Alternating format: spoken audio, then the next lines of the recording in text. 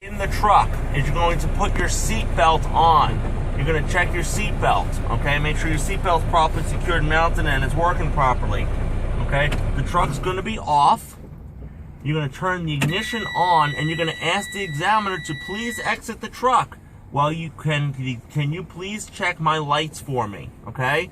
That's part of the test. They're used to it. They want you to say that. Don't be embarrassed. A lot of people skip that part because, oh, I don't want to ask the examiner to get out of the truck. It's cold. They just skip it. Don't skip it. You're going to lose points. You're supposed to ask the examiner to get out of the truck. Please help me with my light test. They come out and they're going to give you directions. They're going to say left turn signal. You're going to put your left turn signal on. Right turn signal. Put your right turn signal on. High beams. High beams are going to come on. Then they're going to go to the back of the truck, where they're going to say left turn signal again, left turn signal, right turn signal, brake lights, press the brakes, and 4 ways. Okay, whatever they tell you to do, that's what you're going to do, okay? If they decide they want to skip the back, that's okay. Let them make that decision, okay? They're going to get back in the truck. You're going to make sure that the truck's in neutral, your parking brakes are out, your clutch is down, and you start the truck up. Make sure the truck's running for the in-cab inspection, okay? Because if it's not, you're not going to get any points for any of these gauges. So we're going to start from the left side and work our way all the way to the right. And some things we're going to mention again that we mentioned already, such as the driver's window, the mirrors, the windshield, the passenger window, and the passenger mirrors. They're all properly secured and mounted. They're all clean and adjusted properly, okay? We're going to start from the left side. We're going to do our air horn. We're going to do our left turn signal again because we want to check that the indicators work inside. Our right turn signal, our high beams, and our windshield wipers, and our fluid. Just keep your finger on the button and the fluid will come out. We're going to check all of our gauges. Our oil pressure is at the proper level or level specified by the manufacturer. The water temperature is at the proper level or specified by the manufacturer. The RPMs work. You're going to step on the accelerator, make sure the RPMs work. The fuel gauge is at the proper level. You have fuel, and your diesel exhaust fluid is at the proper level. And your air pressure actually works. You cannot check your speedometer because you're not rolling. Okay, you cannot check that. We're going to make sure that we have no debris on the floor or anything that could roll under our pedals while we're driving.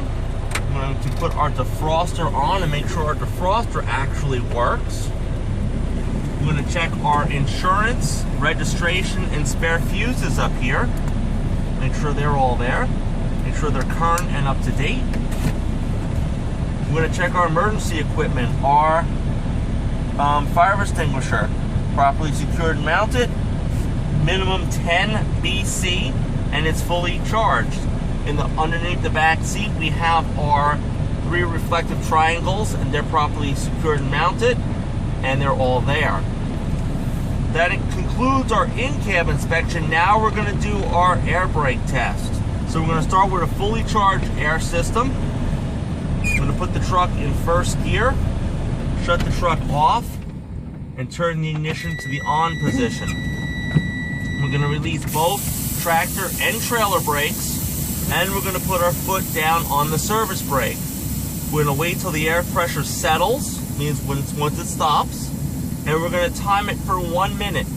In 1 minute, we should lose no more than 4 PSI. So we're actually going to time a minute. If you don't have a stopwatch or a phone, count to 60. Okay, a minute's up. We're going to pump the brakes down at 60 PSI. Or level specified by the manufacturer. The warning light and buzzer will come on. There it is. At 40 PSI, or level specified by the manufacturer, the spring brakes will pop out. There they are. If only one comes out, keep pumping. The other one will come out. I'm going to put the truck in neutral. Put your foot down on the clutch. Start the engine up. Rev the engine so you get a fully charged air system.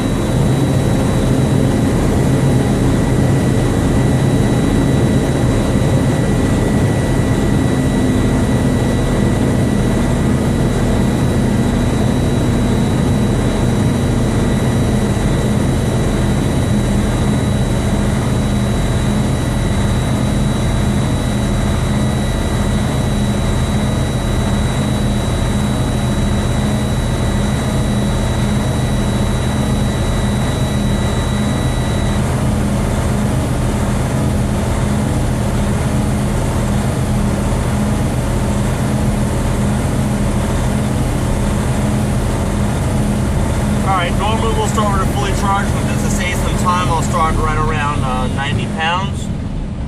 We're going to press in our trailer brake, put the truck in first gear. Since we're releasing our trailer brake, that means we're checking our tractor brake. Whichever one's sticking out, that's the one you're testing. We're going to gently pull forward on it, making sure that the truck doesn't roll. We're going to switch these around. We're going to pull out the trailer brake, release the tractor parking brake. So now we're checking our trailer brake, because that's the one that's out. We're going to gently pull against the trailer, make sure we don't roll. We're going to press both brakes in. We're going to roll forward about 5 miles an hour.